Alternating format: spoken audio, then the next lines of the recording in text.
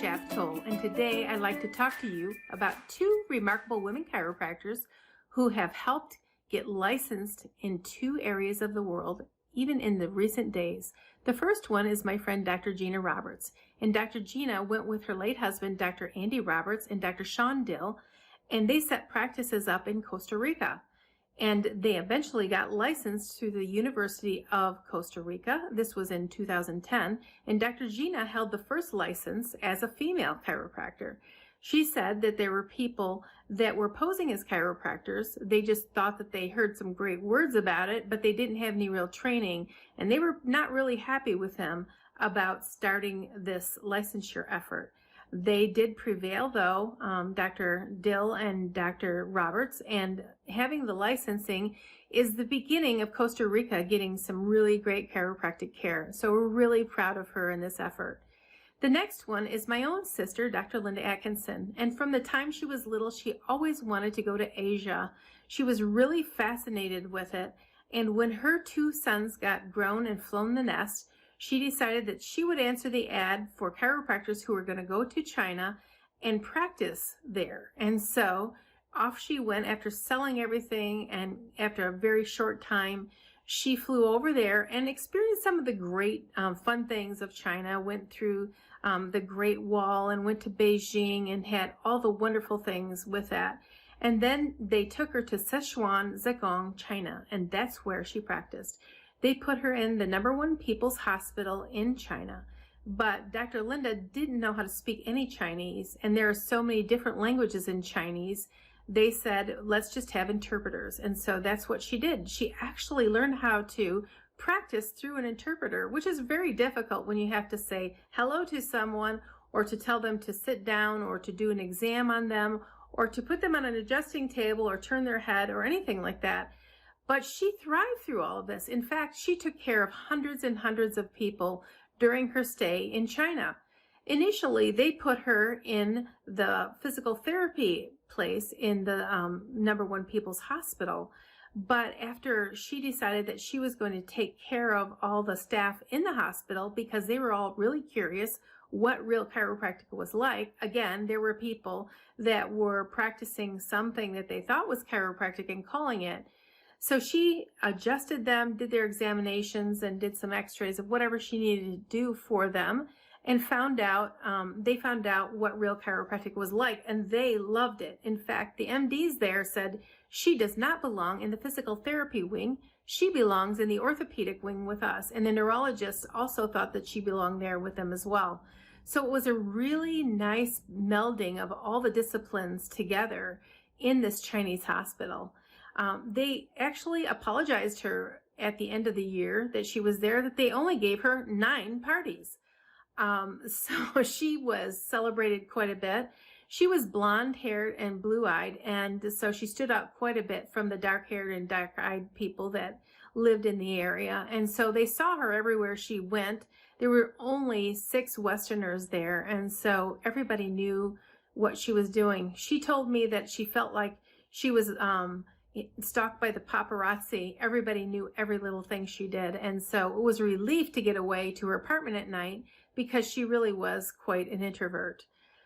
So 2 documentaries in China eventually were done on her.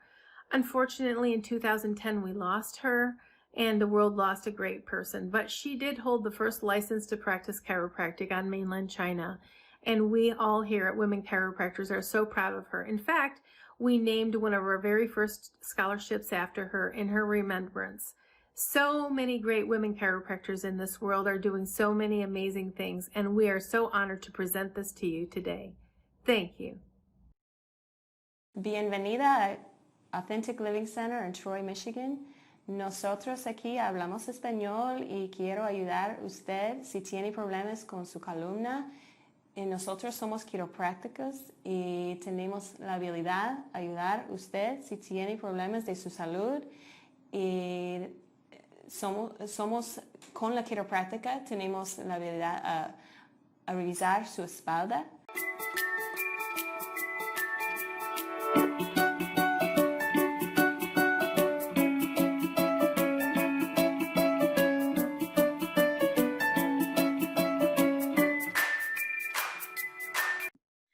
Hi, I'm Dr. Donna Craft. I'm a trustee for Palmer College of Chiropractic and also a trustee for the Women Chiropractors organization.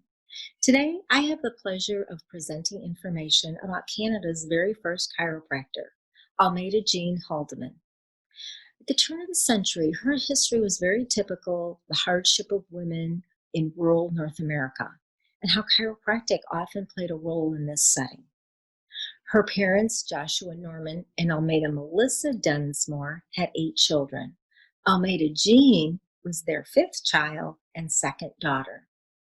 She was born on March 19, 1877, when her mom had pneumonia in Montevideo, Minnesota. So for the first few months of her life, she would be wrapped in cotton batting, and she was placed to stay warm in the oven. Her mom fed her with by dropping milk in her mouth because she did not have the ability to suck. She survived this and became the tallest of her sisters. Her father, Joshua, opposed to educating girls, but she wanted to attend high school. Many arguments resulted, but her and her sisters were allowed to go to school. And in 1898, she graduated from the Wyndham Institute. At graduation, she presented her essay, Woman's Work. This was an earnest and well-written plea for an enlarged field of study and work for young women, professional training for self-support, and to enable them to put their talents to the best possible use. She also trained as a nurse. At age 23, on August 9, 1900, she marries John Elon Haldeman. He is 32 years old and a Minnesota school inspector. They have 2 children, Joshua Norman on November 25, 1902, and Almeida Rowena, December 18, 1905. They've described their mom as a woman with great determination and drive. In 1905, John contracted diabetes mellitus, which there was no treatment during this time. So they traveled to Minneapolis to see Dr. E.W. Lynch. He was a chiropractor and founder of the Chiropractic School and Cure. This started as one of the earliest offshoot schools of the founder, D.D. Palmer. Almeida wanted to learn how to adjust her husband herself, so she studied for her diploma and is among the first known graduates of this institution. And remember, she had a 1 and 4-year-old at the time, too. She practiced in Montevideo, Minnesota, with a Palmer School graduate, and 2 years later, her and her husband emigrated to Herbert, Saskatchewan, Canada. Almeida pioneered the profession in Saskatchewan in 1907, not just by practicing or teaching chiropractic, but by establishing a chiropractic presence in a remote part of the world, establishing a chiropractic lineage for her children and grandchildren, along with the profession. At the same time, she also started a small restaurant and boarding house to help financially. I'm thinking maybe she didn't sleep. But 2 years later, in 1909, John passes. And so Almeida begins teaching at local schools in the Donneville Schools Division. During this area, training to teach in rural schools may have been nothing more than a high school education. But in 1915, she marries Heseltine Wilson, who is a farmer, and they have 2 more daughters, Annie Madge and Nelbert Elizabeth. I have a picture of Almeida. I'm going to share my screen with you now. Almeida's son Joshua has a blow to his head during a game of shinny at school and begins to experience failing eyesight.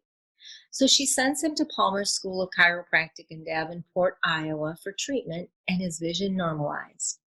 Later, Joshua becomes a student of Palmer, graduates, and opens a practice in Regina, Saskatchewan, Canada in 1926.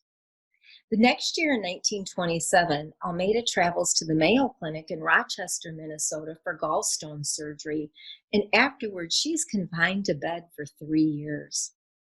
She has been described as a moral woman with strong convictions. active in her community and church.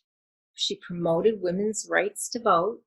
No one was ever allowed to drink, smoke, use improper language, or tell shady stories in her house. And playing cards and medicines were prohibited. The circumstances she faced may be familiar to female chiropractors today. Marriage, children, illness, widowhood, single parenting, and work. At age 71 in 1948, she passes of viral pneumonia. Almeida was the matriarch of 3 generations of chiropractors. Her son Joshua became a figure of national stature in Canadian chiropractic with the Practice Act, Examining Board, National Association, and the Canadian College. He relocated his family to Pretoria, Transvaal, South Africa in 1950. His wife, Winifred, who went by the name Win, and his children at the time, Scott, Lynn, and twins, May and Kay. There he built one of the largest clinics in the country, was in leadership of the South African Chiropractors Association and Second World Chiropractic Congress. Their 5th child was born there, a son, Anchor. And Joshua was an avid pilot and died in an air crash in January of 1974. Wynn lived to 98 years old. But Almeida's grandson, Scott, Dr. Scott Haldeman, becomes a chiropractor at Palmer. He's a PhD and an MD. He's a pioneer of chiropractic science, medical neurology specialist, world leader in spine research, in addition to the founder and current president of the World Spine Institute. He has done more to help remove professional barriers between chiropractic and medicine than most realize. He's a professor of multiple universities and has been published countless times. He and his wife, Joan, have 2 sons, Reeve and Keatley, along with 4 grandchildren, Raymond, Simone, Ben, and Liam. Almeida's granddaughter, May, Scott's sister, became a fashion model and dietitian. She had married Errol Musk, a South African electromechanical engineer, pilot, and sailor. And after divorcing, she moved back to Canada when her oldest son was 10. He stayed with his dad till he was 17, and they had 3 children, sons Elon Reeve Musk and Kimball, and a daughter, Tosca. So I would like to acknowledge my sources of information. Thank you to Dr. Scott Haldeman for providing me articles about his grandmother and answering my emails. The Association for Chiropractic History article by Alana Ferguson in 1983, Dr. Karen Hamrick's article, Dr. Ream's notes of 1993, which were compiled by Dr. Keating and Dr. Haldeman. Thanks.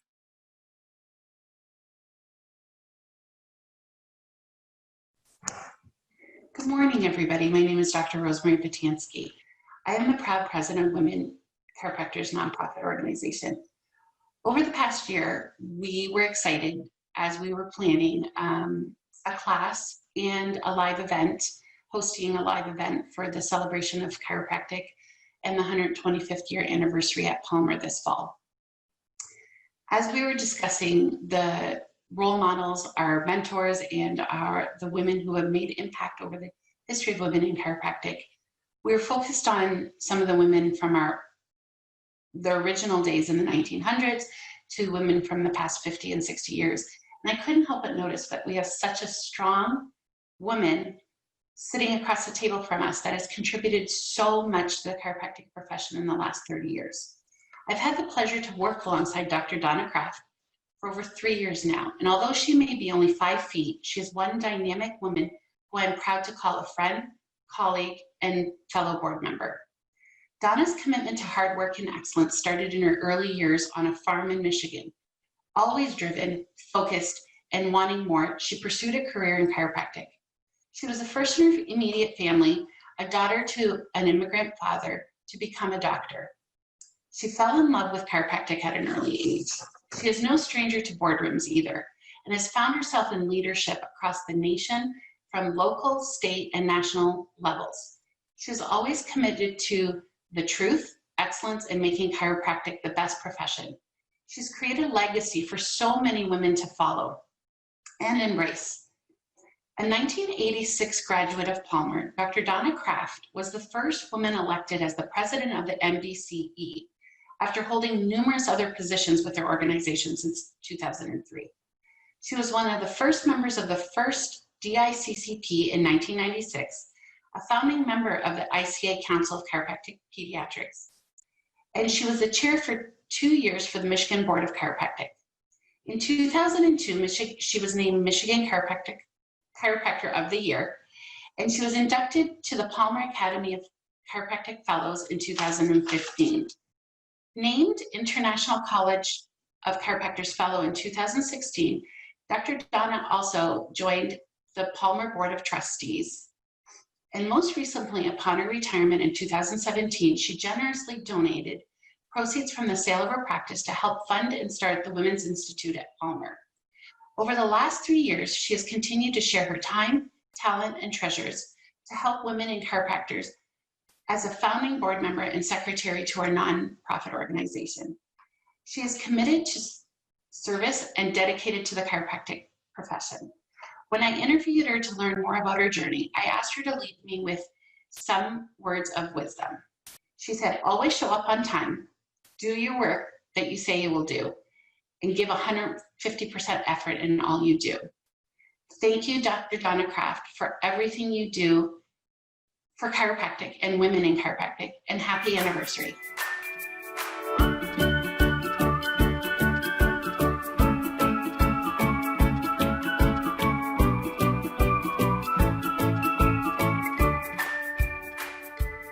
Hi, my name is Dr. Karen Hudes.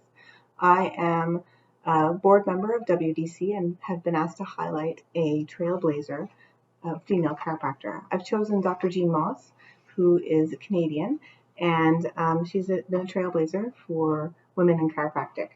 So I am the sole board member of WDC who's living and working in Canada.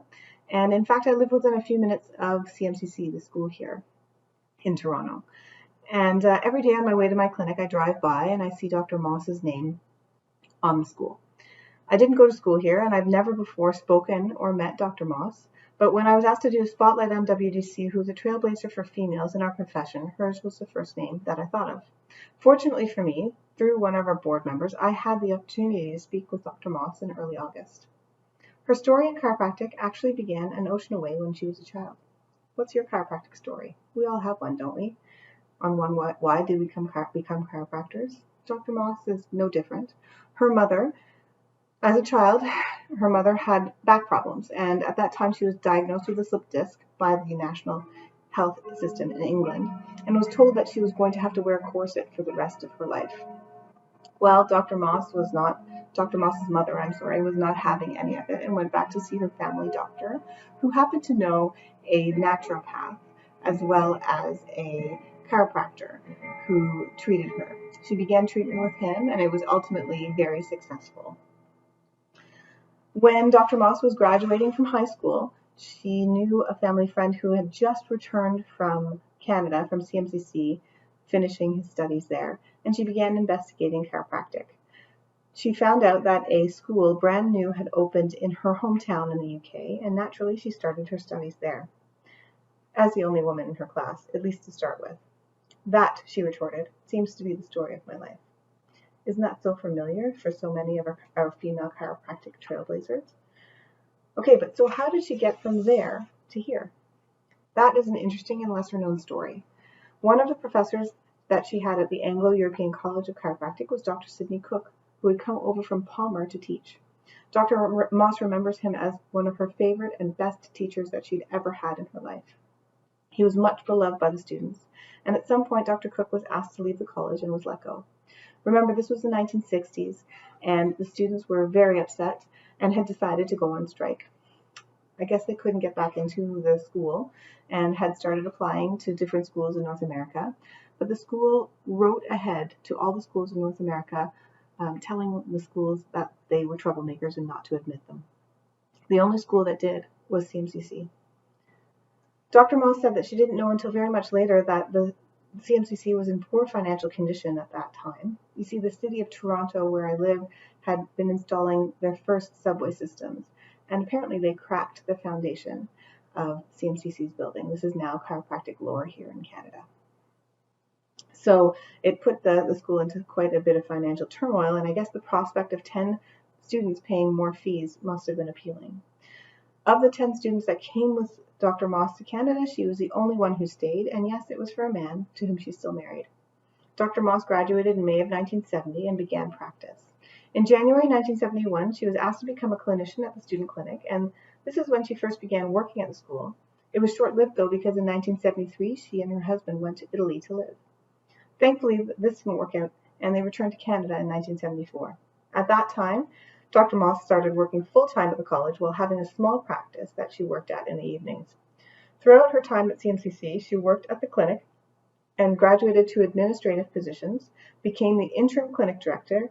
Ultimately, she had a good rapport with the students, and she advocated for students.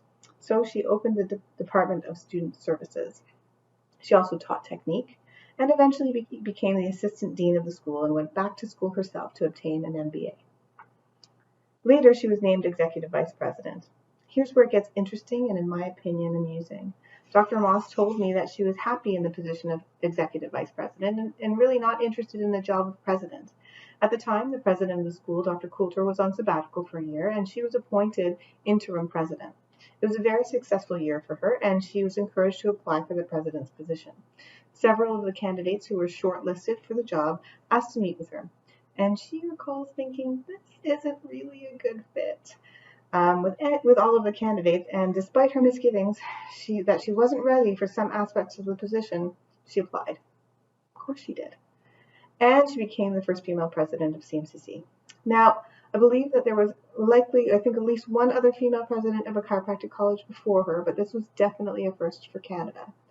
Since she has had an equally amazing career, pushing chiropractic ahead with her on her journey. She went on to become the president of the Association of Chiropractic Colleges, and although she was not sure if she was the first female to hold that role, she was certain that at the time she was the only person to have done so from outside of the USA. Dr. Moss retired in 2014. I asked her what she's most proud of, and she had quite a list, and here's just some of it. Bringing CMCC forward so it's now internationally recognized as offering very good chiropractic education as well as excellent chiropractic research department. CMCC receiving grants from the NIH while being outside of the USA, which is quite a feat. Building a new campus for CMCC, which now resides super close to my home in Toronto at Leslie and Steeles. Feeling that she had some influence on how chiropractic has developed. CMCC was the only school with a capped enrollment and a waiting list. Receiving accreditation from the Ontario government to grant a degree which previously only a university could do in this province. In fact, this accreditation, which was given for 5 years for the first time, and then for 10 years, this was a great honor because no school in the province had ever been granted a 10-year accreditation prior to this. And in fact, the government used CMCC reapplication as a model for other schools, showing them what to do, how to reapply. This created a lot of goodwill between the Government of Ontario and the profession, which has led to a lot of doors opening. She's very proud of the student clinics opened within other healthcare institutions in this province.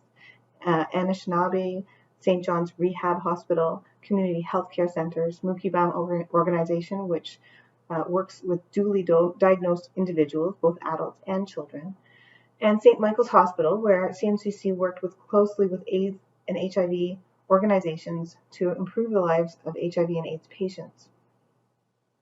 These were the first chiropractic clinics in Canada in these environments, and others have since followed this path. Dr. Moss is now retired, but of course she does not sit still well.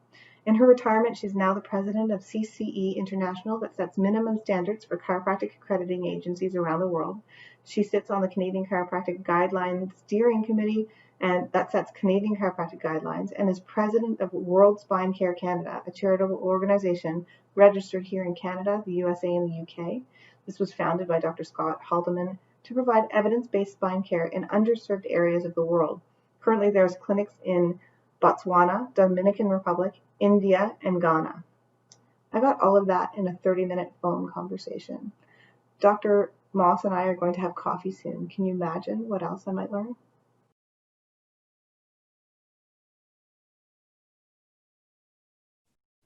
Hello, everybody, and happy 125 years of chiropractic. My name is Dr. Nancy Cooper, and I'm a pediatric diplomate from the ICA. I got my diplomate in 2006, and so I'm here to present to you the women in history that affected our pediatric population.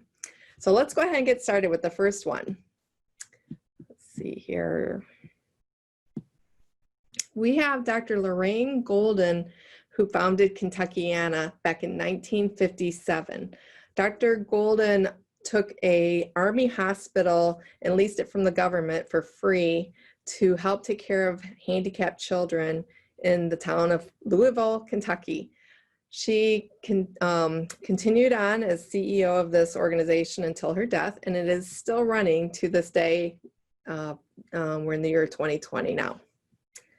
The next person we have is Dr. Maxine McMullen.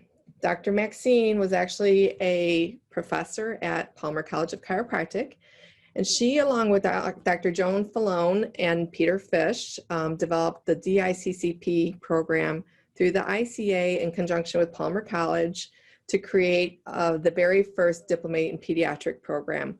Since then, they've had over 300 diplomates, again, as of year 2020, have joined this program. It's been a great program for pediatric population and really has brought pediatrics to the forefront of our profession. The next person is Dr. Jeanne Ohm. She took over from Dr. Larry Webster after his passing as the CEO of the ICPA, the International Chiropractic Pediatric Association. Since then, she has successfully certified herself over 10,000 chiropractors to be Webster certified in the treatment of pregnant women. So these three women, who are all no longer with us in the year 2020, have made a significant impact in the pediatric population in the history of chiropractic.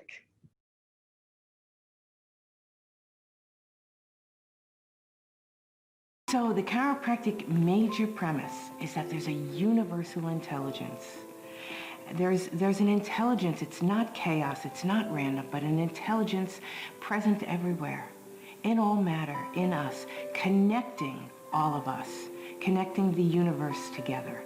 And that's a phenomenal major premise from which to start.